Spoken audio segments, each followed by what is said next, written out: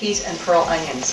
Now, this is a time where I'm going to use butter because I really want a nice creamy sauce. I happen to have some leftover dill butter. I made dill butter to spread on black bread canapes with smoked salmon the other day. I hate to waste things. I don't know about you. So I'm going to throw in the dill butter with a little regular butter, give those peas a flavor that is unexpected. I have some frozen pearl onions. I know that a lot of people like to buy them fresh at this time of year and peel them and do them from scratch. Happy peeling, not me. I buy the frozen ones. And since I'm only going to make a couple of portions of this, maybe a cup and a half, 2 cups entirely, I'm only going to use about, let's say, 10 pearl onions. Okay? So I'm going to give these a minute to take on a little bit of color. When things are frozen, the water comes out. Sometimes you can't get browning because the water just stops the browning process. But these are getting a little bit brown around the edges. Now, I'm going to make the sauce in the pan before I put the peas in to cook, because, you know, the peas are going to cook pretty quickly. So what I'm going to do is add a little bit of flour to the butter, and then I can make a thick sauce. You know, it's a roux. I'm sure you've heard of that.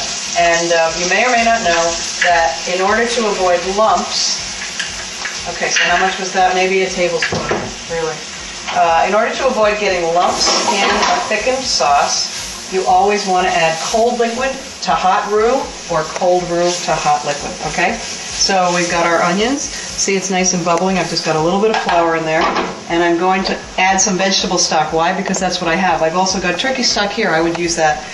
But really I'm using this because I want to use it up, because it's just the end of the container. So, and by the way, this is a high heat spatula. It means that it's not going to melt if you use it in a hot pan. So I'm going to stir this around and let it come to a boil, and it's going to thicken up nicely. If for some reason you find that the sauce hasn't gotten thick enough because you're following my directions, which doesn't really have an amount recipe, you can take a little bit of flour and sprinkle it in. If you're quick, you can stir it and it won't lump. But I'm just going to let that sit there for a minute or two and bubble. And I'm going to show you my cranberry chutney while that's doing its thing.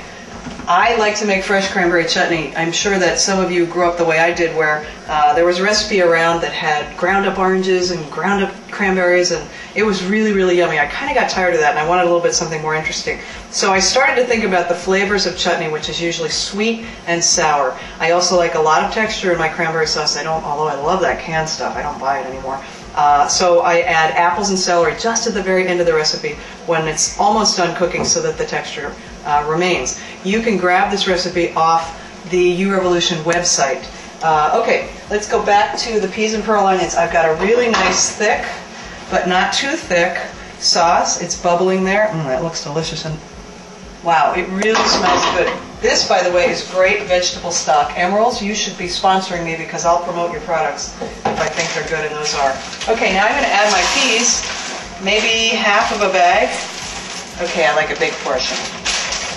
I'm going to stir this around until it's all mixed in with the sauce. I'm not going to salt and pepper it until I taste it, because sometimes the stock tastes salty, and I don't want it to be too salty. Now, if this is too thick for you, I would add a little milk. If you have low-fat milk or non-fat milk, whatever you have is fine. We have whole milk and always organic, just a safety issue. Okay, so I'm just going to pour a little bit in there. It's going to thin it up, or thin it down, I guess.